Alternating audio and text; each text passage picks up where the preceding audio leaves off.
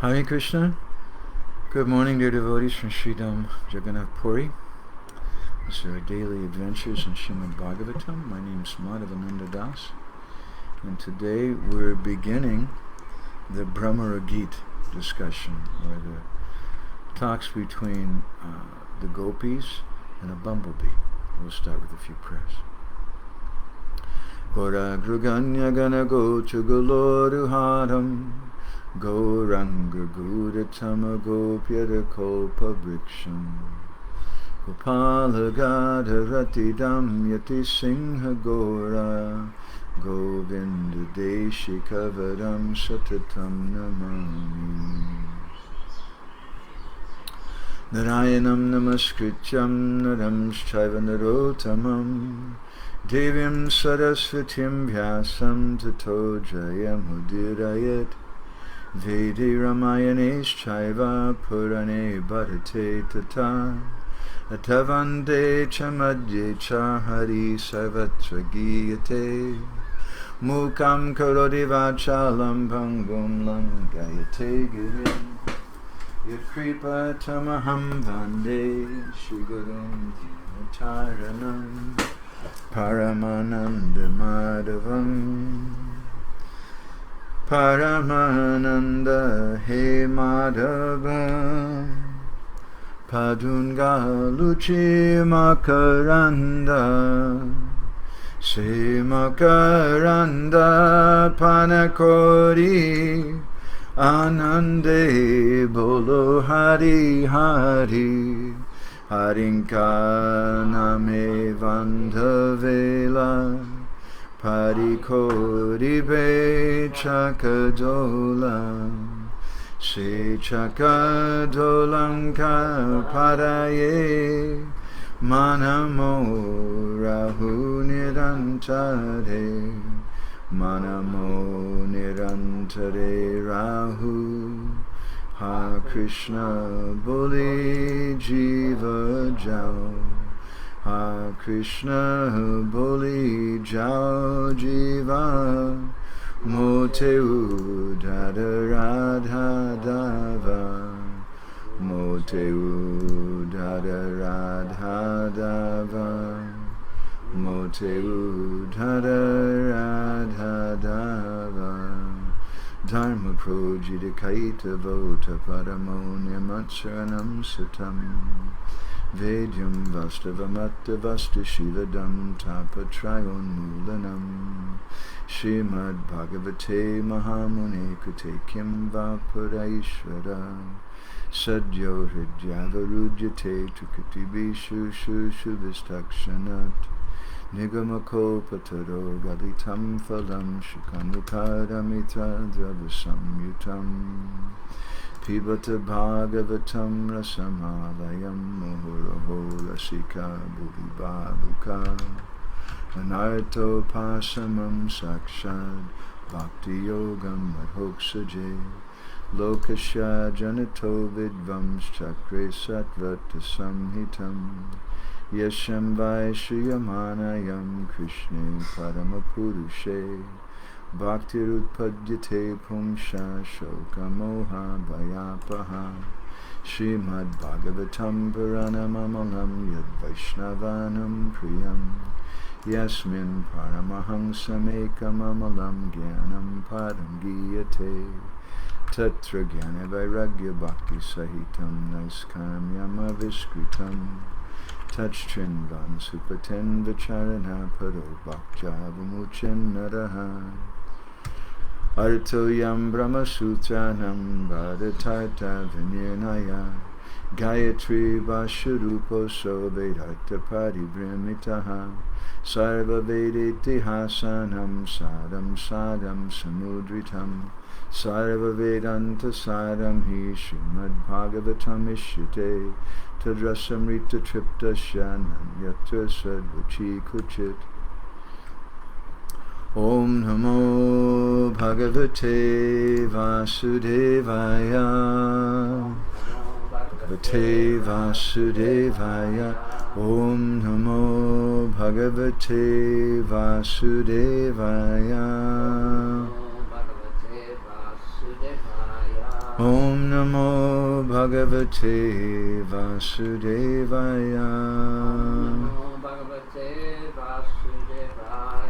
Good morning, dear devotees from Sri Jagannath Puri Dham. This is our 48th session. We're calling Meeting in Kurukshetra. And we're beginning with the Bhramara-gita, from the 47th chapter of the 10th canto, of the mad talks between Srimati Radharani and a bumblebee.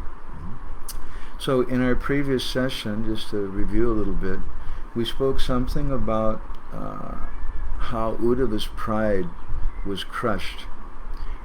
Krishna sent him for that purpose to Vrindavan, because Krishna doesn't tolerate pride in his devotees. So he made this arrangement to smash the pride of Uddhava. And we spoke something about the detrimental effects of pride in the path of bhakti, and the fallacy of debate, the fallacy of trying to understand things and judge devotees with our own dull material senses, which is the business of Guru, not our business. So Uddhava, in the very first meeting with the gopis, before anything was even spoken, just the fragrance of the bhakti of the gopis, Uddhava's pride became crushed. So powerful it is, association with such exalted personalities. So today we want to speak something about the first exchanges between Uddhava and the gopis, and mostly we'll be reading from the Bhagavatam and some commentaries, and also a little bit from Srila Jiva Goswami's Gopal Champu. So I'm reading now from 10th canto, chapter 47, text 3. Tad prashrayena vanatha susatkritam sabrida hasekshana sunritadibi rahasya prichan upavishtam asane vigyaya sandeshahadam ramapate. Bowing their heads in humility, the gopis duly honored Uddhava with their shy, smiling glances and pleasing words. They took him to a quiet place, seated him comfortably, and began to question him, for they recognized him to be a messenger from Krishna, the master of the goddess of fortune.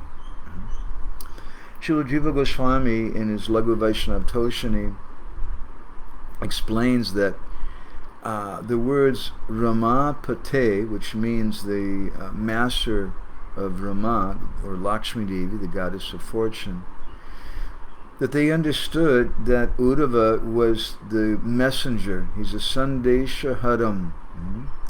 Sandesh means the message, and Haram means to carry or to take away. So he's a Sandesha Haram Ramapate. He's carrying that message. And Vigyaya, when they understood that, then what did they do? So this is a very important principle in bhakti for all of us. What do we do when we understand in our heart that someone is the messenger of God, or someone is the messenger of Krishna?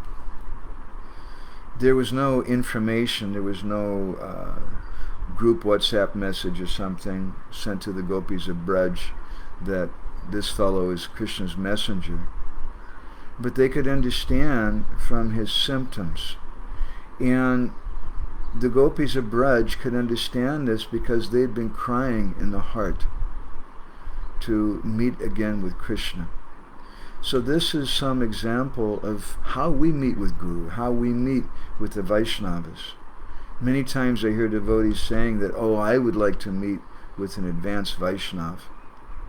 And I suggest that, could you imagine if instead of quarreling about so many different seemingly important topics within ISKCON, which I don't even want to touch on, we're quarreling about the coronavirus, if it's real or not, and quarreling about the vaccination with devotees, if instead of thinking about all those things, if everyone was crying, bitterly crying, what our Guru Maharaj called Atma Krandana, or the crying of the soul, an existential cry, that this is who I am, that I'm a servant of Krishna and Guru, I need association like that. If everyone in our society was crying like that, what would it be like in our society? I don't think devotees would have much time for politics or criticism or anything. So Jiva Goswami, he explains that the gopis, they honored Uddhava, this verse describes, susatkritam. They gave him some satkritam, proper honor. And what was the way that they honored him? How did they receive him?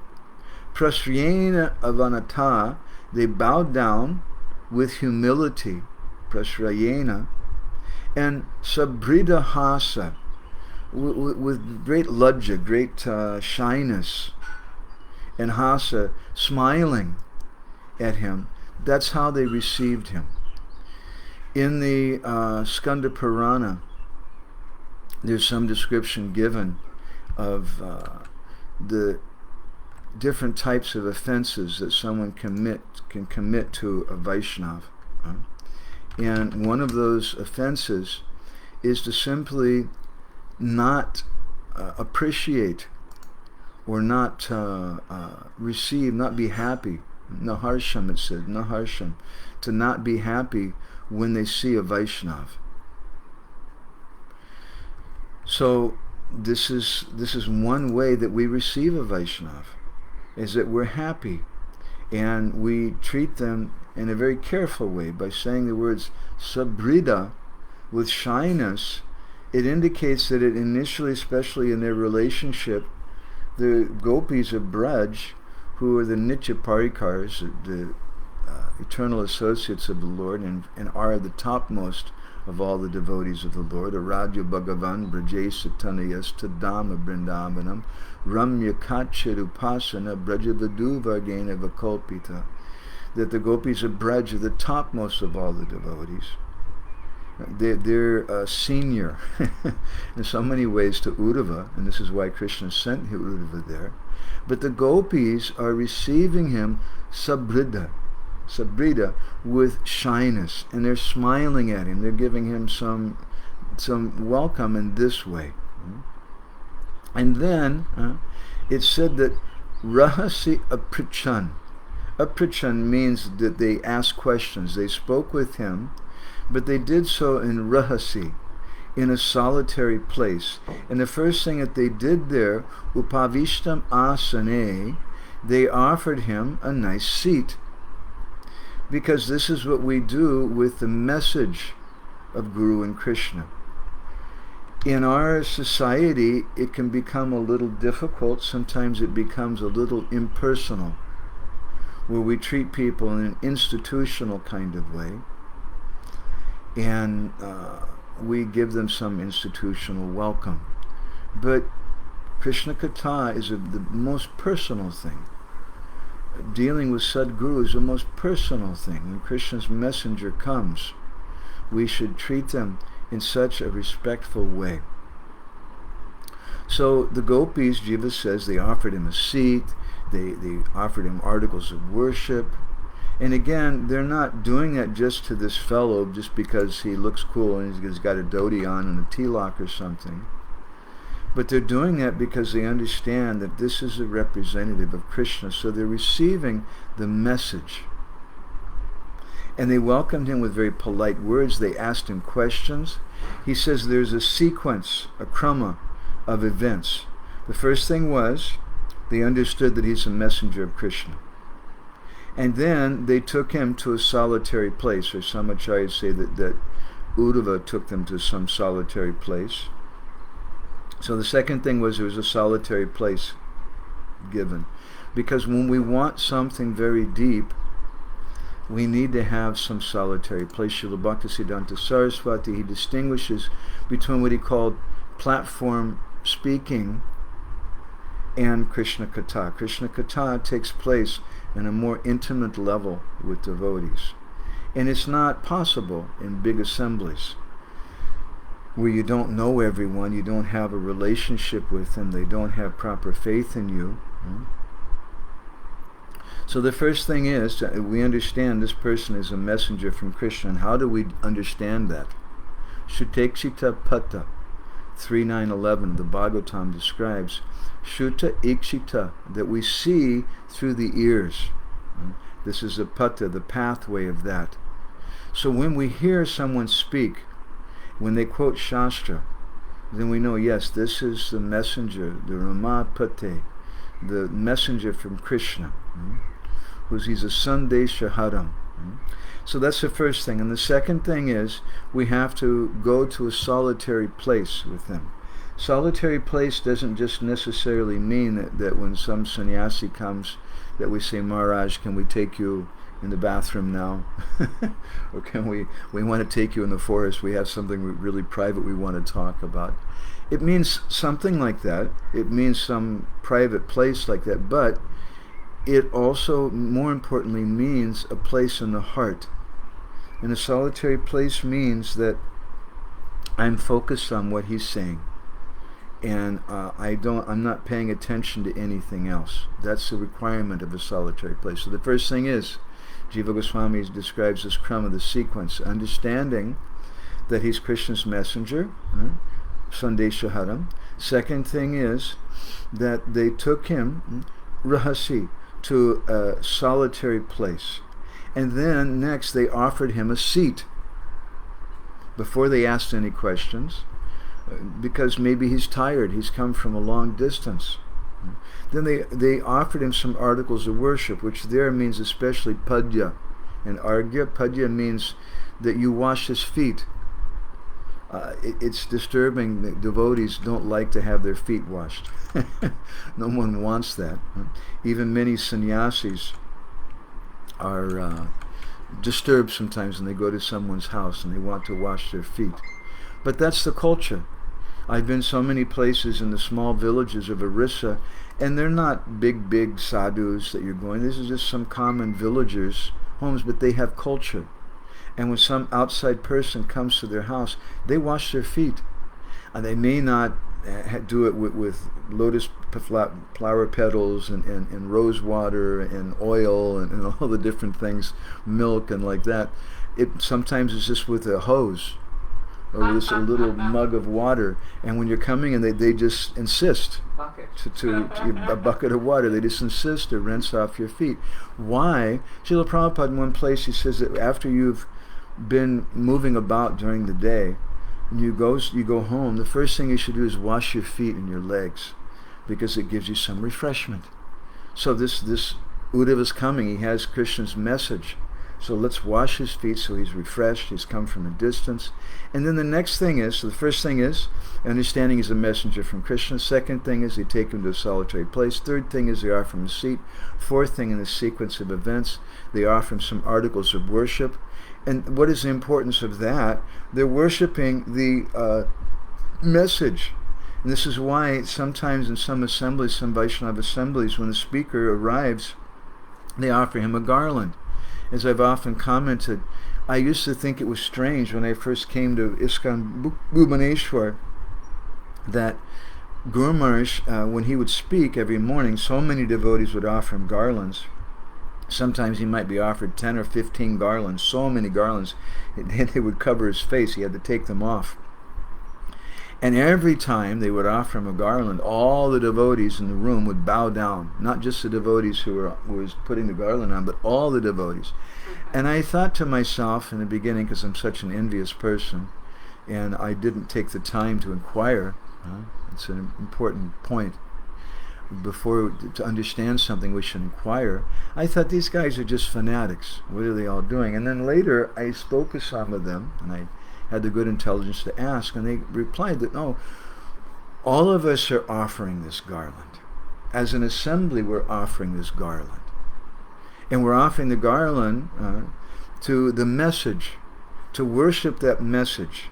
And so sometimes in some assemblies they may offer incense and padya and different things to the speaker, not just because you're not an ordinary jiva, no, but because he's carrying this message. So understanding he's a messenger from Krishna in a solitary place, offering him a seat, offering articles of worship, and then the next thing is that Sabrida, they bowed their heads humbly. That's the fifth thing. in a humble way.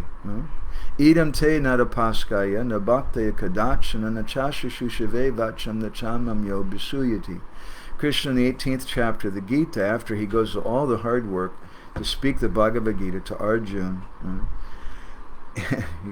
catching his breath, then he tells Arjuna after this thing, after he said Sarvadharmam Pratyagya, and then he's just finishing the Bhagavad Gita, he says, Idam te nadapa. He says, don't speak this to certain people, to someone who's na tapasya, na tapaskaya, who doesn't have any tapasya, na bhaktaya, who's not a devotee.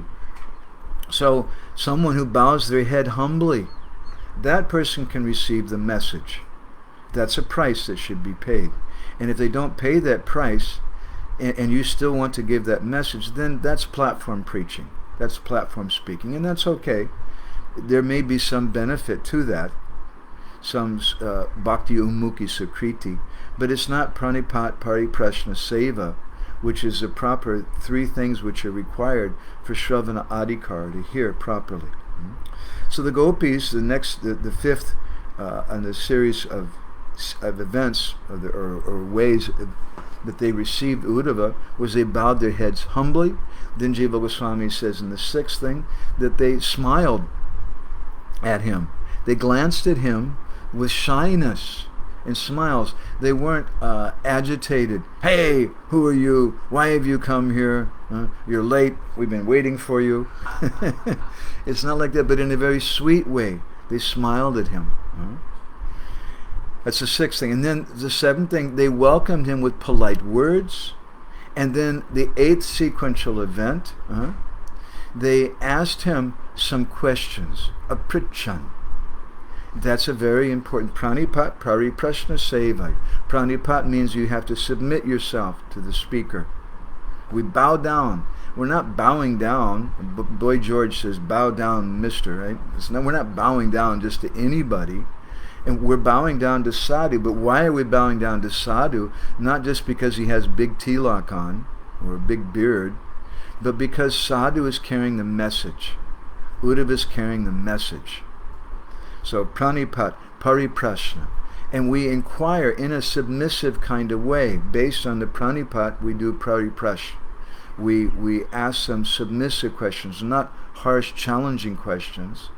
In the Shiva Purana, it said that if someone challenges a speaker, they go to hell. There's a certain etiquette that should be given. Now again, that's not observed always, especially in platform speaking. When we go to a big Pandal program or something, and it's just who knows who's out there and what they know, and if they're following principles or not, if they're chanting or not. We're just like a shotgun, just giving everything we can.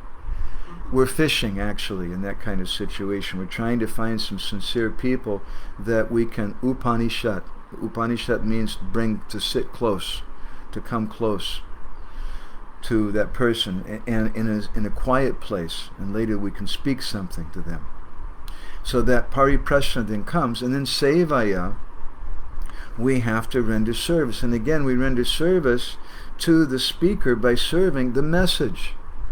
Not just, we also do service of the body, and that's a way to honor the message. We give prasadam, we wash his feet and things, but it's especially to the message that we serve. And if we don't serve the message, we may do some vapu seva, serving the body, and Maharaj, we want to give you some nice pizza, and we want to give you this opulent thing and that opulent thing, but we really don't give a damn about what you have to say. Once I saw, when we were traveling with our Guru Maharaj, that there was one disciple of Guru Maharaj, who was living in a distant country and only got to see Guru Maharaj for a few weeks a year. And Guru Maharaj came and was giving katha, and that devotee didn't come to class. And Guru Maharaj later called for him and said, where were you, what was going on? And he said, oh Guru Maharaj, I was cooking for you.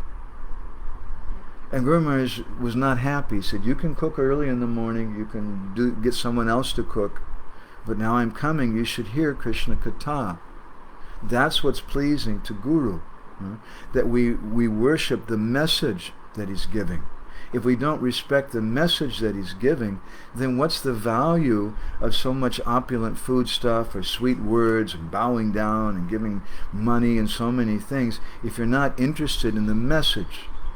And we've seen over the years that there are different types of devotees, and some devotees, they're not interested in the message. They still want to render some service, and Srila Prabhupada and different Vaishnava sadhus, they generally accept that service because a person may get some sukriti from that. They'll get some benefit. But that's sukriti, and there's a difference between sukriti and bhakti. The Bhakti Jiva Goswami in Bhakti Sandarbha, he says there's two types of sukriti, agyata sukriti and gyata sukriti. Agyata means they don't know what's going on. And some people, they don't know what's going on. He's a sadhu, he's a Maharaj, he's got a stick in his hand, he's got red cloth, so I'm going to be respectful, and I'm going to offer all kinds of money and this and that. And they're doing that so that they can get some benefit for themselves. But they don't really understand that person. That's agyata. Better is gyata sukriti, where they, I'm doing this because of his message that he has, and this is why I'm coming here.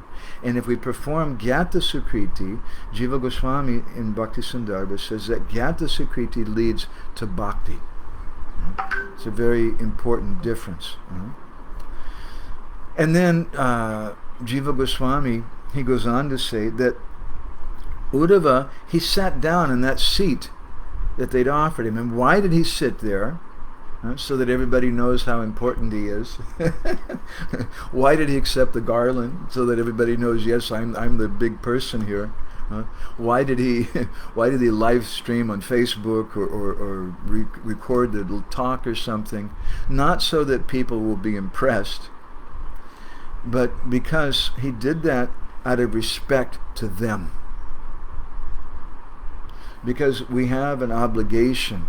If someone's a speaker, if they're carrying that message of Krishna, that has to be given. When Krishna says, idam te narapaskaya nabhaktaya kadachana nachasha shushave vacham nachamam yo bisuyati, don't speak to this person who's not austere, who's not a devotee, who's not doing service, and who's envious. So the Bhagavatam begins with the premise in the Chatur Shloki. It says Anvaya Vyatirekabhyam, that there's two ways this information is given, directly and indirectly. So I've just given the direct meanings of that verse, idam te narapaskaya, but there's also an indirect instruction also. And the indirect instruction is that you should give instructions to people who have these qualities, who are austere. And austerity doesn't mean that they're sitting in the middle of fires on all four directions under the hot sun all day long in the summertime, or taking cold bath in the winter in Siberia in the winter or something. That's not what that austerity means. But austerity means they're following four principles. They're getting up early in the morning, but they're doing those things for a purpose, so that they can get Krishna. When we see that someone is doing that austerity for that purpose, then it means you have an obligation. You should speak to that person. In the Padma Purana, there's three types of persons which are described who you should not speak to. Ashadadan, someone who doesn't have faith in you. Don't speak to them. What are you going to do? If you speak to them, if you neglect that instruction, we were speaking about this yesterday in Bhubaneswar, then Shruti Smriti Puranadi Pancharati Vidindina Akantake Hare Bhaktir Utpatayayi Vakolpate. If you neglect Shruti Smriti Puranadi, the Shastra, and you go ahead and do something, then all that happens is Utpatayayi Vakolpate. It creates a disturbance in your own bhakti and in the bhakti of others. So we have to speak to such persons if they have some austerity. If they have the sincerity, they want to hear. They have some faith in us. So Ashadadan, Vimuk, the Padma Purana says, that someone's just got their face turned away. Just like we could be giving this talk and we could be speaking like that, with our back to everyone.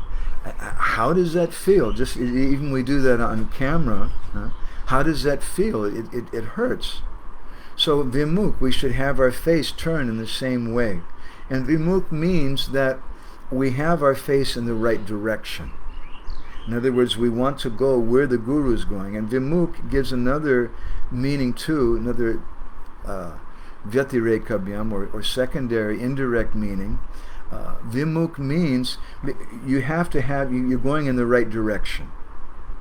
Because when we are mukh means our face. So your face is, what are you facing? You want to go in that direction. But if you're vimukh, it means you're not going in the same direction with sadhu. And another meaning of that is that sadhu is not just giving information, but he's giving a path. He's saying, go that way. And there's a road sign. And he doesn't describe every single stone that you're going to find in the path. He doesn't describe every body of water you're going to drink from as you're walking along, and every shade tree, and give you a map. The first shade tree's there and the second one's there, and you can sit here and you do this. No, there's a sign. And you'll know, oh, this is the path that I have to go on by his directions. So if someone's vimukh, in Padma Purana, it means that you don't want to follow that direction. And prashinvati is the third disqualification. Prashinvati means they're not interested in hearing what you have to say. We invite you to our home, Maharaj, please come, but we don't have time to listen to your katha because we want to cook for you. And we want to impress you that we've made really nice lasagna and cake and all these opulent type of things. We want to impress you with that. But prashinvati, we're not interested in your message. So how can we worship Guru then? So we offer respect. Jiva Goswami says that Uddhava was giving respect to the gopis. He's respecting their qualities that we're talking about here. He saw that there's no envy in them. In the first canto of the Bhagavatam, Dharma projita kaitavoto tapadamo nirmatsuranam satam vedyam. It's described that the very beginning of the Bhagavatam, if you want to understand the Bhagavatam, who can do it, it has to be someone who's nirmatsuratam, satam vedyam. They have to be a satjana, or their inquiry has to be a satjana. They're inquiring about spiritual life. They're not coming to a sadhu with questions like, Maharaj, can you tell me give me some counseling for my marriage? Tell me how to get along with my wife. We have this problem. We're not getting along with the devotees. That's not how we approach sadhu. That's not sat. And that person, you can't speak with them.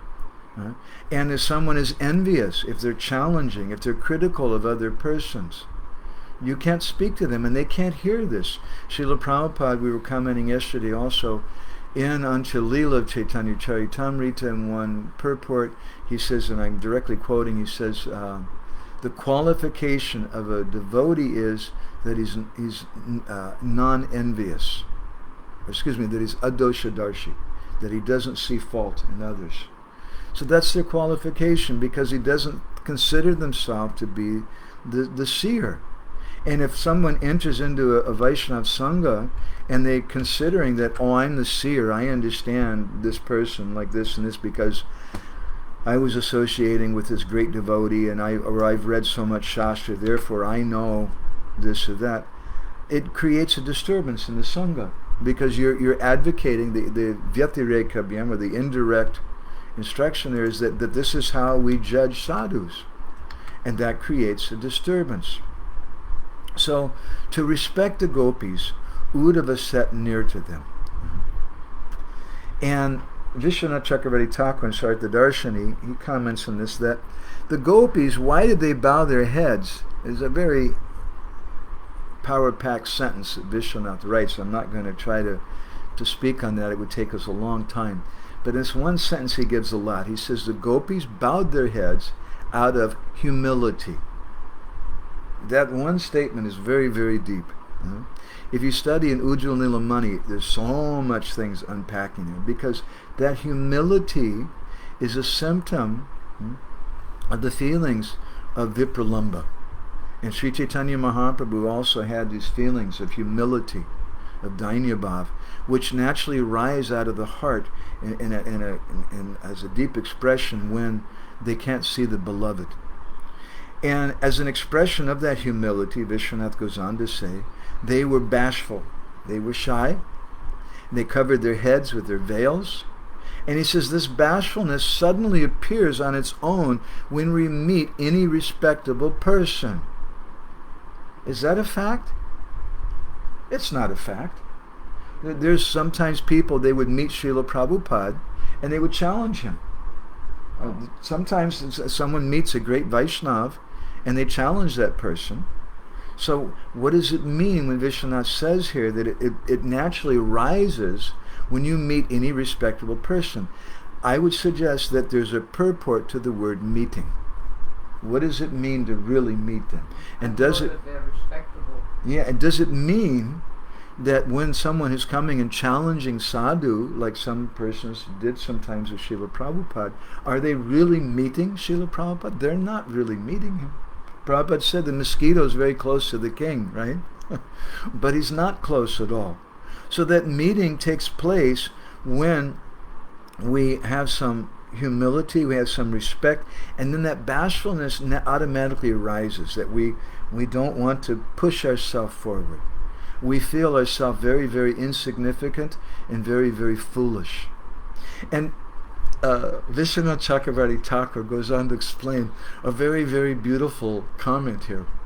He says that why do the gopis here address Uddhava in this particular way with these words, Sandesha Haram Rama Pate, that he's a message carrier for who? Rama Pate, the master of the goddess of fortune. And Vishwanath says that Sukadeva Goswami, when he's speaking like this, he's showing that I'm on the side of the gopis. that the gopis are going to feel, who is this Krishna now? Now he's Rama Pate. He's the husband of Lakshmi Devi. He's not Gopikant. He's not Gopipati. He's not the Lord of the gopis. Now he's become Rama Pate. And by doing this, the gopis are showing some man. They're showing some sulkiness. And this is the beginning of this Bhramara-gita. Vishwanath says that by this phrase, Rama Pate, Sukadeva Goswami is implying that Lakshmi Devi herself, she's coming soon to Mathura to make Krishna happy. So then why was Krishna need to send messages to the cowherd girls, the gopis of Braj? It's just a show. He's just doing something externally, but it's a lie. It's not really true. This is what Vishwanath says that the gopis are indirectly indicating. Sanatana Goswami and Brihad Vaishnava Toshani, they say many things. I'm just taking a few points out of their commentaries. He says that Krishna is called Rama Pate because the gopis thought, that he's a pati. Pati means someone who can protect. And there's a beautiful, some commentaries in the 5th canto of the Bhagavatam from Srila Prabhupada and our acharyas. What is the meaning of pati? And pati means Krishna. Pati means someone who can protect. And ultimately it's only Krishna who can protect a wife. Pati means husband, but pati means someone who can protect. And ultimately, who can protect a wife from the COVID virus? Who can protect her from a car accident? Who can protect her from everything? It's only Krishna who can do that. So Sanatana Goswami says that when the gopis said Rama Pate, this is the messenger coming, he's coming from the husband of Lakshmi Devi, they're saying it because maybe you can also protect us, because we're going to die. So he's the pati. He's Lakshmi Pati. What is another meaning of Lakshmi Pati? One of the synonyms of Lakshmi is Shriya. Shri means auspiciousness. So that he's the pati or the protector of auspiciousness because he gives his sangha. And so indirectly, the first thing that they're indicating, Sukadeva Goswami is indicating by the behavior of the gopis, is that Uddhava, Krishna has to protect us. And that protection means he has to come here. Otherwise, we're going to die.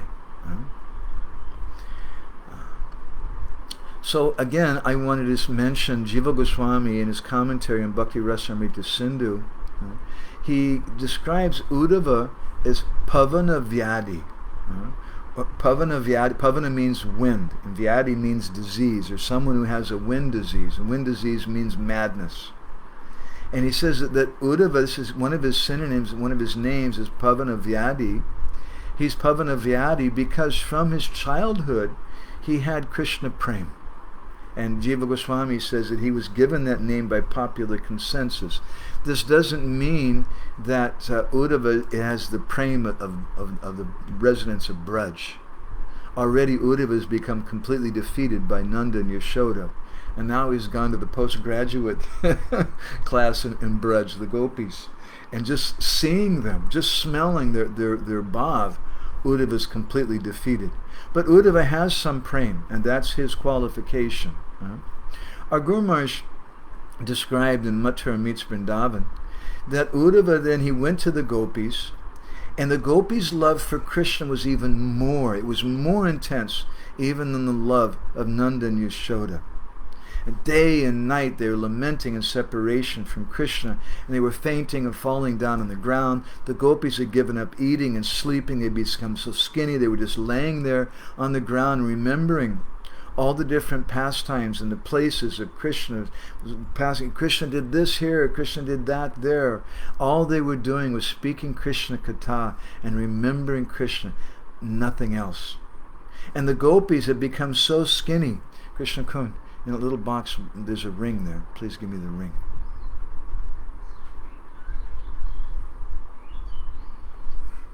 In the gopis, Guru Maharaj said they became so skinny that the rings on their little finger became bangles on their wrists. And they were always thinking about Krishna, speaking about Krishna. That's the nature of love. And so then when they saw Uddhava, the first thing the gopis, they said to him, is that Uddhava, this priti, this love, is of two types. It's hoitaki priti and ahoitaki priti, or love with some cause and love without a cause. And then they give some example. We'll be hearing more about this from our acharyas in the section of the Bhagavatam, that when a bumblebee comes to a flower, the bumblebee starts singing a nice song. Oh, my dear flower, you're so special. I like you very much. That's what the bumblebee's saying. You just hear zzz, zzz, zzz. But the bumblebee's singing this song to glorify the flower. And then it kisses the flower. And Guru Maharaj says, for what purpose? It's glorifying the flower. It goes and kisses the flower, but the real purpose is only to suck the honey from the flower. And then when the honey is completely sucked out, then the bumblebee leaves. There's no more love. That's hoitaki priti. So the honey is the cause of the priti. And the gopis, Guru Maharaj is saying in Mathura Meets Vrindavan, similarly there's many prostitutes who attract wealthy young men to get their money. And they express some love, some priti for that young man as long as he has money. But as soon as the money is finished, then their love is also finished. Money is the cause of the priti. And the gopis, in this way, they're speaking, and they're saying that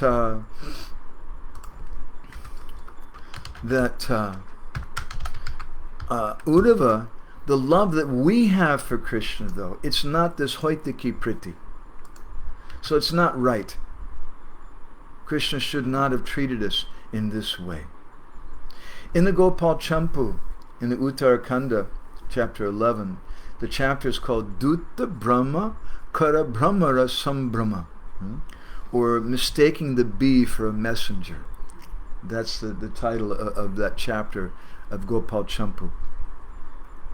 And it said there, Jiva Goswami speaks about how Uddhava, after doing his morning duties, which we heard about in a previous session, he immediately went to a sacred place, a tirtha, because that's the appropriate place where we can speak of some. And although Jiva doesn't say it, what does it mean, a tirtha? What's a tirtha in Braj? It means a place where Krishna has done pastimes. And it's a place, a tirtha, Jiva says in Gopal Champu, where the gopis were gathering to worship their deity. Who is their worshipable person? It's Krishna. So then, as Uddhava was walking away from that tirtha, he saw the gopis of Vrindavan. And Jiva Goswami describes, Shinanga Shasta Keshamala Savalapata Prajvalat Sani Krishnaha Jistasta Jatave Jistataya Eva Britta Dhuma Basmadi Biryaha Kimcha Vyakakrashi Yugma Daladi Dara Dala Svasa Varga Mukanta So Sha Yosa Muganam Eva Dava Davanat Trasta Netra Vimishtaha. That Uddhava saw the gopis. And Guru Maharaj is saying that they become so skinny. And Jiva Goswami is giving more information. Mala Savana Pata. That Mala means they become dirty. They'd stop taking bath. Their kṣṇa-kathā, their kṛṣṇa-kathā, their kesha, their hair was untied. It wasn't in a braid or anything. And prajalat sanikristaha, their effulgence had become dull. And Jiva Goswami says, just like if you take some coals in a fire and you cover them with smoke and ashes, but at the same time, it says Duma Basmadi Biryaha. Duma means smoke and Basha means ashes. They were covering that thing. But at the same time, the gopis, their eyes were very restless. They were very eager to see Krishna. And they were breathing very, very heavily. Their breathing was so heavy that their lips had cracked and their faces had dried up. Why? How is it that the breathing is going to cause the lips to crack and the face to dry up? It indicates there's some fire, some heat coming out of that breath. It's not a cold breath. Otherwise, we're all breathing all day long and it doesn't make your lips crack. It doesn't make your face dry up. But because their breath coming out was so hot. Once it's described that there was a kirtan amongst the Vaishnavas of Vrindavan at the time of the Goswamis. And everyone was in so much ecstasy in this kirtan. Everyone, except one person. And that person was Rupa Goswami. And one devotee saw why everybody's in ecstasy and Rupa Goswami's just sitting here. And he's not moving. Everybody else is crying and rolling on the ground and shouting. And this fellow, he's just sitting there and he's not moving at all. Is he awake? We don't know. And they took a little bit of cotton to just see, is he okay? And they put the cotton under his nose, and immediately the cotton caught on fire. And they could understand, oh, he's absorbed in something very, very deep. This is the mood of the gopis. And Jiva Goswami is explaining it in this way. Those gopis, he says, Sosha Yosha Mriganam. Mriga means a deer. They became like deer, eva dava davanat, chashta netra vimsata, who become afraid of a forest fire. And what is that forest fire that the gopis are afraid of? The forest fire, the Vipralamba Agni, or the fire of separation. And then Jiva Goswami in Gopal Champu describes the first sight that the gopis had of Uddhava. Shyamam vartala dirga pivara bhujam chandraba vaktra spurat kasjaksham navayovanam kim aparam sondarya paryachitam meenakshonipa karnikam kanakajid vastram tad astamapi Shri Krishna brahmadam vilokyatam amuschitram chirad ayayu. The gopis, they saw Uddhava. And what was the first thing that happened? The gopis became stunned in ecstasy. And they just stared at Uddhava for such a long time. Just like a person who's suffering and dying of thirst in the desert, and it seems that there's no hope, and then suddenly in the distance they see an oasis with trees and some water there. And the person just becomes stunned for a moment, just staring. Is this a mirage? Is this real? Can I believe this? Just for a moment, they're just staring. And the gopis, similarly, they were staring at Uddhava. And the gopis, they were completely astonished. Because jaksham navayovanam, he had a youthful form, just like Krishna. He looked just like Krishna. His eyes, he had a Chandrabhava Vakta Sparat. He had moon-like eyes, lotus eyes and a moon-like face. His complexion was like that of Krishna, Shamam, Vartala Dirga Pivara. His arms were very long and firm. He was the combination of all types of beauty. Minakshoni Pakarnikam. From his ears there were Makara earrings, like Krishna's earrings. And his cloth, Kanakajid Vastram, was more powerful than gold. So seeing him, Shri Krishna Brahmadam, Brahmada means a mistake or an illusion. They thought, this must be Krishna. Vilokyatam amuschitram chirad ayu. Chirad means for some time. A very important word. Chirad adatam nijagupta vitam. We'll be speaking about that verse coming up in one of our sessions on Wednesday night. So they became stunned. And like pictures. Chitra means like a picture. Just like a painted person, the gopis were just staring. Is this Krishna? What's going on? Tastu yadyapi udavam ikshas chakru Krishna pamam gopya tadapi natad brahmam agamam bhavastasam hi such chakshu. But at the same time, because the gopis, they had this sat chakshu. Sat chakshu means transcendental vision. So although they understood immediately, this person, he looks like, this Uddhava looks like Krishna. But then, tadapina tad brahmam agamam, just immediately, no, this is not Krishna. They understand because they have the sat chakshu, the spiritual vision. If we don't have that spiritual vision, we can't understand who's Krishna's representative and who's not.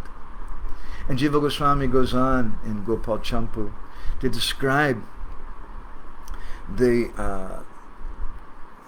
what happened, the feelings of the gopis when they saw Uddhava. Because this is the most important things. Feelings are the most important things. Not just the looks and external appearance. What is the internal thing? Again, Rupa Goswami externally was just sitting there and they couldn't even understand, is he asleep, is he awake, or what's going on? But when they put that cotton before his nose, it caught on fire. Something was going on deep inside. Jiva Goswami says about the gopis, Dudati kadapi cha samyad pranish eva Krishna drishtam taha napuna pranishu kuryur bhavastasam hidharma palaha syat. That sometimes kadapi, the gopis, eva Krishna drishtam taha, they would see Krishna in trees. Sometimes they would see a tamal tree and the gopis would go mad and they would go and embrace, Krishna's here, and they would run and embrace the tree. Or other times they would become angry. They would see a tamal tree and they would think that it was Krishna in their madness, but then they would see there's some creeper embracing that tree. It's some other gopi embracing Krishna. We won't talk to him. It's a kind of madness. Is this a tree and a creeper? And you're angry with Krishna over nothing. So Jiva Goswami says, Napuna prani sukuri. Although the gopis would see Krishna even in trees and things, but they didn't see Krishna in the bodies of other men. Because their nature, bhavastasam hi dharma palaha, because their nature is to uphold dharma. We can understand that indirectly Jiva Goswami here, by saying that in text 2 of this chapter, in Gopal Champu, Shri Krishna Brahmadam Vilokya, that when they saw Uddhava, they thought that he was Krishna. That's the first thing that he says. But then he goes on to say that they didn't think that he was Krishna. because they had this sat-chakshus, they had this transcendental vision. And although sometimes in their madness they saw that a tree and they thought that it was Krishna, at the same time they didn't see Krishna and other men because they had this dharmapala, this nature to uphold dharma. So it sounds completely contradictory. On the one hand, Jiva Goswami is saying the gopis, when they saw Uddhava, they became stunned thinking it was Krishna. But then in the following two verses, he said, no, they didn't think that it was Krishna, because they had this sat-chakshu, this transcendental vision, because they're dharmapala, they're protectors of dharma. So what does it mean? The gopis of Vrindavan, their behavior is not on the intellectual platform. They can't control themselves, and they're completely under the control of Krishna's internal potency of yoga maya. And so in the beginning, immediately they saw Uddhava and they thought that it was Krishna for one moment. And they stood there like paintings, like figures in a painting, stunned in ecstasy. But then Yoga Maya spoke in their hearts and said, no, and whispered, it's not actually Krishna. It's not that they took a magnifying glass or they went to Uddhava and said, can we have some of your DNA? We want to put it under a microscope and see that if you're actually really Krishna or not. The gopis didn't do anything like that. But Yoga Maya spoke in their heart. And so in the same way, Krishna will speak in the heart of the devotee. Sometimes we see someone looks like a sadhu. Wow, they've got red cloth, they've got a stick, they've got a danda, they've got their authorization, they've got this and that. They really look like a sadhu. And we become happy. Oh, Krishna's come in the form of this sadhu. But then sometimes Krishna in the heart whispers. And he says, no, this is not for you. Or this person, there's something wrong there. So indirectly, this is a message we're getting from Jiva Goswami here, when he's saying these two contradictory things. That first of all, the gopis see Uddhava as Krishna, and then the next thing he tells them that no, they didn't see him as Krishna. What does it mean? Initially they saw him as Krishna, but then immediately Yoga Maya in the heart spoke to them. No, and that sat-chakshu kicked in, that transcendental vision. No, he's not actually Krishna. And Dharmapala, they upheld Dharma. So I'm going to stop here. In our next session, we'll go on with text 4 in this chapter, and speaking about what it was, the first words of the gopis to Uddhava. Very interesting discussion. We'll be here every Tuesday morning at this same time. This is our general program. So now I'd like to turn to the devotees online and see if anybody has any reflections, what you're walking away with today. As our dear friend Vaisheshika Prabhu sometimes says, what did you win today? What are you sharing? And Brenda Sundari is here from Denver, Colorado, a nice warm place. Yashoda Dulal Prabhu from another warm place in New York. And Hari Priya, I think you're in San Jose. Still nice to see everybody. So Yashoda Dulal Prabhu, he's made some comment kind of questions. He said, stop provoking and factual. How can we avoid getting mired up in politics or criticism? That's number one. And number two, how to properly receive a messenger of Krishna, our guru, or other Vaishnavas. So there's many ways this could be answered, because these are personal kind of questions. I can just answer according to my humble understanding that, and my inspiration at the time right now. How can we avoid getting mired up in politics or criticism? Well, if we're completely absorbed in kṛṣṇa-kathā, we won't have time for those kind of things. And therefore the Bhagavatam says, shoka moha bhayapaha. That one of the, in Vishwanath commenting on this verse in the first canto of the Bhagavatam, he says that this is 3 external symptoms of hearing Bhagavatam. That there's not going to be any shok, moha, or bhaya. Fear, lamentation, or illusion. Those things won't bother us if we just hear Srimad Bhagavatam.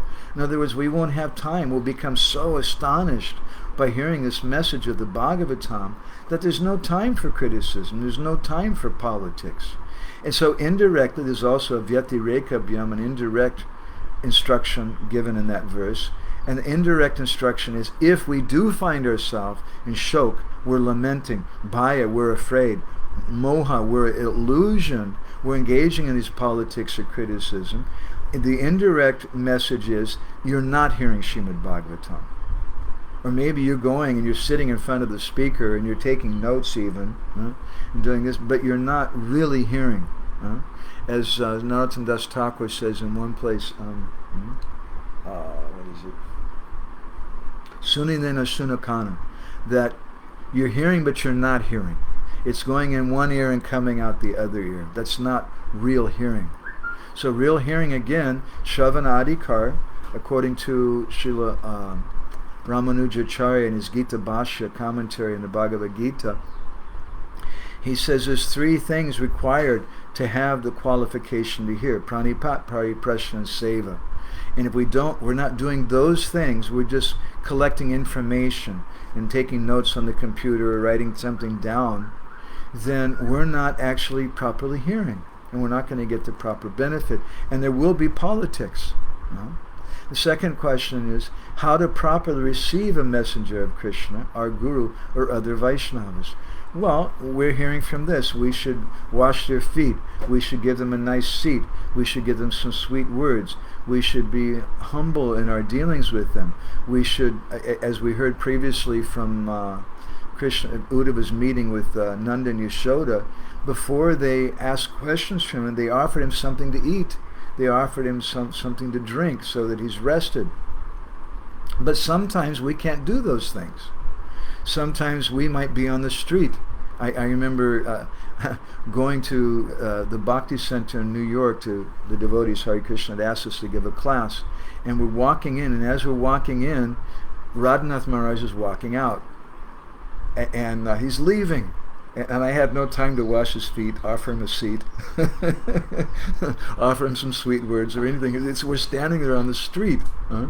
So immediately I offered obeisances. That's one thing we can do right away. And the second thing that we did, then I want to ask him something. Because we receive the messenger of Krishna properly by being interested in their message. Because they're carrying something. And if we're not interested in their message, as Sri Chaitanya Mahaprabhu said, that I came here to Varanasi with some goods to sell, but nobody wants to purchase. What does it mean they don't want to purchase? What does it mean he has these goods to sell? He's not selling dhotis or saris or food or something, but his sales means that he has some kṛṣṇa-kathā, he has something to speak. And that no one is interested means they're not interested in hearing that message. So that's how we properly receive Sadhu Guru, by being interested in their message. Brinda Sundari, in the nice warm Denver, Colorado, she says, so many nice points. I appreciate both the nourishing katha about the intimate devotees, Uddhava, the gopis, etc., and the applicable points on how to apply in our own lives. I especially appreciate the points about giving full presence attention. That's a very beautiful comment. In Guru Sangha, knowing which Guru Sangha is true Guru Sangha, how it means being close and hearing closely. I didn't put it in this way, but that's a very beautiful phrase.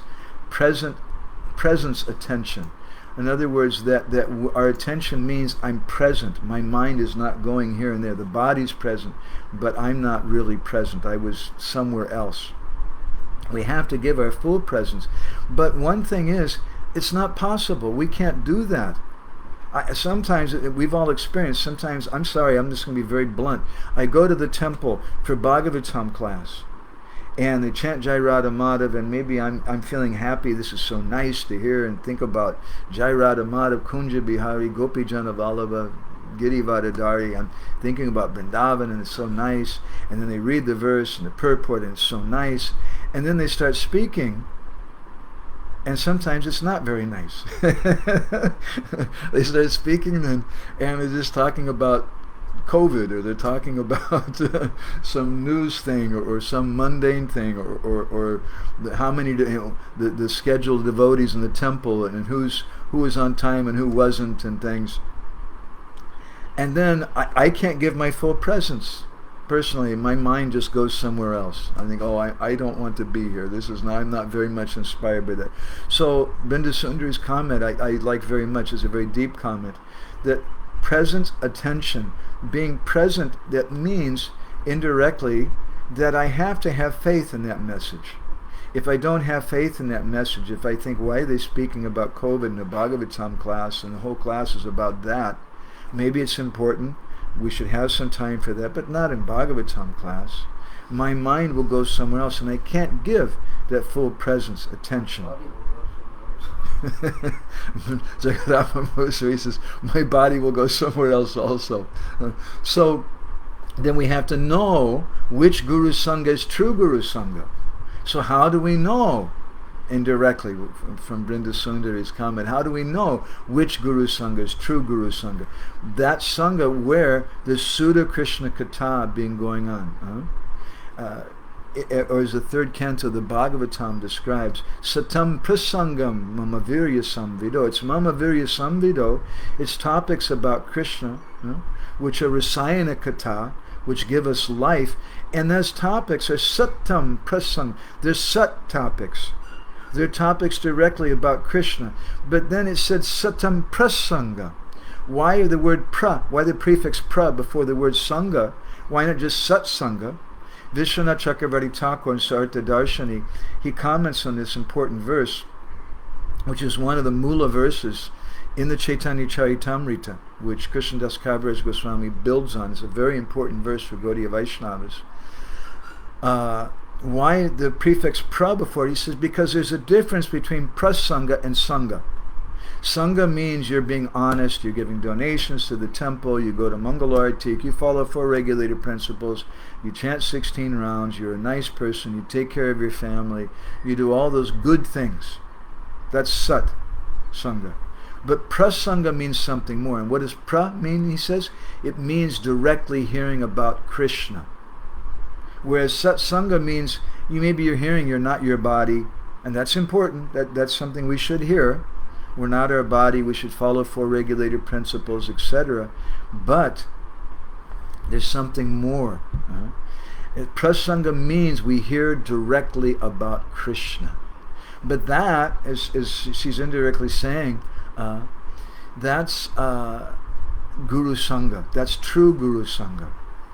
And we want to hear in that kind of assembly. And Bindu Sundari makes a nice comment, thank you, from me about Denver, Colorado. She said, today was a warm spring day here in Denver. I used to live in Denver, in Boulder, and used to work in the ski resorts. And sometimes even in the middle of the winter, even in 10,000 feet at Arapahoe Basin Ski Resort, when you're up there, sometimes the sun comes out and it's very nice and warm and sunny.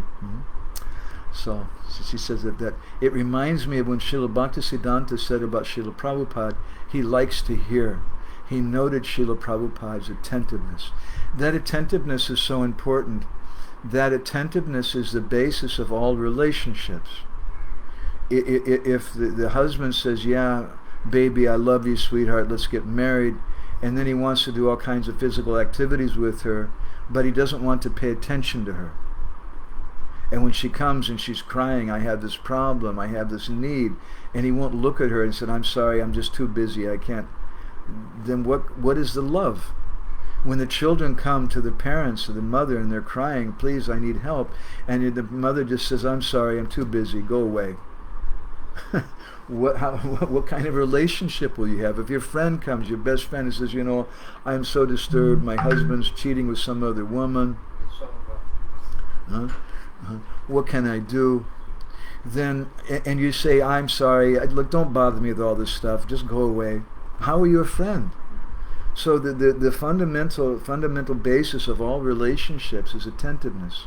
Yashoda Dulal Prabhu comments, nice definition of Guru Sangha, quoting a favorite Bhagavatam verse 325-25, which is the answer to Hari Priya. She's also questioning, what is a mula verse? Well, this is the mula verse that I was referring to, Bhagavatam 325-25. Satam prasangam mama virya samvido bhavanti ritkarna rasayana-kathā. Very important verse. And I'm calling it a mula verse because it's a mula verse for Gaudiya Vaishnavas, because it's one of the verses which is given by Krishnadas Kaviraj Goswami in Adi Leela chapter 1 of Chaitanya Charitamrita. I hope I'm not misunderstanding, but I'm pretty sure that's there.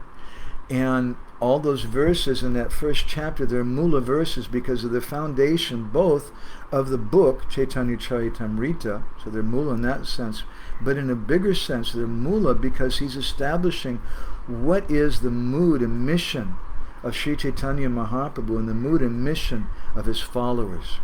So it's a mula verse in that sense, a very, very important verse. So I want to, Krishna Kun, you have some reflection or something? Yeah, please. Go ahead. If you want to stop, I'm just hold it from down there. Don't hold it from the top. I really appreciated your comment about meeting. You were talking about the meeting. Yes, you were talking about the gopis' bashfulness, and how you were quoting Uddhava Nilamani that one who becomes in the presence of a superior becomes immediately shy and bashful, and how in Srila Prabhupada's presence, so-called presence of Srila Prabhupada, sometimes there were people who were challenging him. So I was thinking about what meeting someone actually means, and my conclusion for now is that meeting someone can only take place if you see Krishna in them. And that's why people don't meet. They just have internet, Facebook exchanges and whatever, but if you want to meet someone heart to heart, you have to see Krishna in them, otherwise you can't actually meet them. Beautiful. And the other... I'll reflect on your comment for just a second. This is why sometimes we meet devotees, but we don't meet devotees. So how do we really meet devotees? And we're not just talking about sadhu guru, but the Vaishnavas. There's three things: Guru, Sadhu, and Shastra. And Sadhu is one of them. And that means that the Vaishnav Sangha, we meet them in Kirtan, we meet them in Prasadam, that's a favorite place. We meet them in Hari-katha, and that's how we really appreciate them. I'm sorry, Krishna. Yeah. Yeah, the other thing that was, I wish I had this problem, that I had darshan of Uddhava, but if anybody does have that happen to them, we will never know it's Krishna unless a Gopi Manjari tells us, unless Gurudev tells us. Basically, that's the skinny of it. That we actually can't, we know this already, but it just really struck me that only the gopis, because they can call on their Satchakshu, because Yoga Maya is coming to them and telling them, only a Gopi Manjari can tell you that this is Krishna and this is not Krishna. We should understand, I hope it's not an unpopular comment, but it's not that the gopis had just passed a Bhakti Shastri degree or something, and because I passed Bhakti Shastri, then I know who this person is. That's not the meaning of Sat Chakshu. We should study Bhakti Shastri, but we study Bhakti Shastri so that we have Shastra Chakshush, so we have something active, a vision, so that our heart changes, and not just information. Hari Priya says, thank you, Krishna Kun Prabhu. And Yashoda Dulal Prabhu comments also an interesting point. He says it's Adi Leela 160. I was just reading this the other day. Thank you. I was nervous. Maybe I thought I'd read this verse again. I'm just reading now over, beginning Chaitanya Charitamrita again. And he says, Adi Leela 160, quoting Bhagavatam 3:25-25. Interestingly, Srila Prabhupada translates the same verse slightly differently in Bhagavatam and CC Adi Leela. Oh my gosh. Someone might have a crisis of faith. Oh my God, which translation is the bona fide translation? Or this is, but Prabhupada, I noticed with, Bhayam Dutya Binivesata Shat, this verse from the 11th canto, I think I counted at least 4 different, and sometimes radically different, translations that Prabhupada gave for it. And you can't say that one is right and another is wrong. All that we can say is that prati shloke, prati akshare, nanatakoy, that each and every syllable of each verse has unlimited meanings. And Prabhupada's bringing that out. Brinda Sundari comments further, I really like that point about what it means to really meet someone. When we see Krishna in them, and how we really meet someone when we connect to the spiritual. So this is how we all feel frustrated So many, when we travel, there's so many grihastha couples that come to us and the lady feels frustrated. My husband doesn't understand me. Or the devotees in the temple cry, the temple president doesn't understand me. My children don't understand me. My mother didn't. We're always frustrated. People don't understand us. What does it mean to really understand the other person? Satam prasanga mama virya samvido. We have to come together. Paraspara anukatanam pavanam bhagavad-yasa. The 11th canto of the Bhagavatam says. We have to come together and hear Kṛṣṇa-kathā. And then we'll begin to really understand something. Understanding someone doesn't mean that I understand their maya. Oh, I understand your maya. Now I understand you. That you don't understand them. You just understand some external thing. Now they're wearing this particular cloth. They like this cowboy movie. But next week they don't like cowboy movies. They like James Bond movies or something like that. Understanding their taste in movies is not understanding that person. So the first thing to understand someone is we have to understand ourselves. And that means by the process of hearing and chanting. And even in the very beginning, even in our conditioned state where we're confused and we have a misunderstanding of who we are, if we have enough sense that I'm hearing Srimad Bhagavatam attentively with a full heart, then that means I understand something about myself. That I'm a spirit soul, that Krishna Bhakti is wanted, Krishna Bhakti is needed, and someone then we can interact with each other on that platform of hearing Kṛṣṇa-kathā.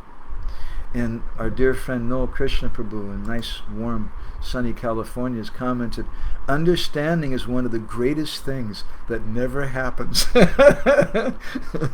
Yay, Kṛṣṇa-kathā. Kṛṣṇa-kathā is so important. And we've seen, that's to me, I'm sorry to say it in a blunt way, I'm not trying to discourage organized religion, it's very important, but that's the difference between what Prabhupada called churchianity. Or just coming together in a mechanical kind of way and doing something pious, which should be encouraged, it's important, but that's the difference between that and Kṛṣṇa-kathā. And again, that real Kṛṣṇa-kathā is satam prasanga. It's prasanga, not just satam sanga, not just about rules and regulations and you're not your body and give up sex life and follow four regulated principles. Those are important. We don't minimize those things. But that prasanga, that's the rasayana-kathā. That's what gives us life. Just hearing you're not your body doesn't give us life. That doesn't give us great deep inspiration. It may give us some intellectual inspiration. It may help give us some guidance in life. But when the Bhagavatam 3:25-25 describes satam prasanga mama virya samvido bhavanti hrit karna rasayana-kathā, that this is the medicine for this disease of the heart, it means this prasanga, this topic's directly about Krishna. Okay, any further reflections or comments from anybody? Just that the only person who can understand you is Krishna, because only he is in your heart. And that's why, that's one of the reasons only during Kṛṣṇa-kathā, it's an actual sangha which is created. Ah, very good. Because Krishna enters the heart of the devotee. We often quote Rupa Namashuta Vishta, Sanatana Goswami's comment, that when we see the deity, when we hear Kṛṣṇa-kathā, when we hear the holy name, Krishna enters that devotee. And therefore Gurudev understands us. And that's why we love Gurudev. Gurudev understands us better than my parents understood me, better than anybody in my whole life. That's sadhu. And how does he understand? Because Krishna's in his heart. Brenda Sundari, Brajabanita, excuse me. Hare Krishna Brajabani, nice to see you. She says to understand another person means to put on him your attention.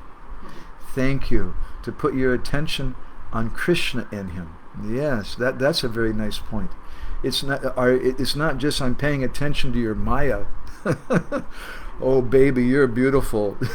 Like this and that. That's the kind of attention that a conditioned soul wants.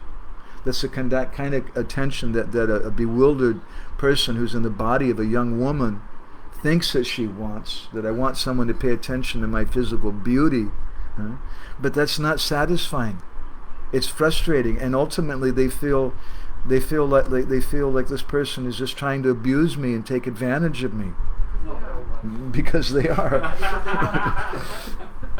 But when we're dealing with them attentively with Krishna in the center, with kṛṣṇa-kathā in the center, that's real attention. That's a very nice point from Brajabani, to thank you. It's very deep. Okay, so we're going to stop there. Grantaraj Srimad Bhagavatam ki jai, Srila Prabhupada ki jai, Samaveda Bhakta Binda ki jai,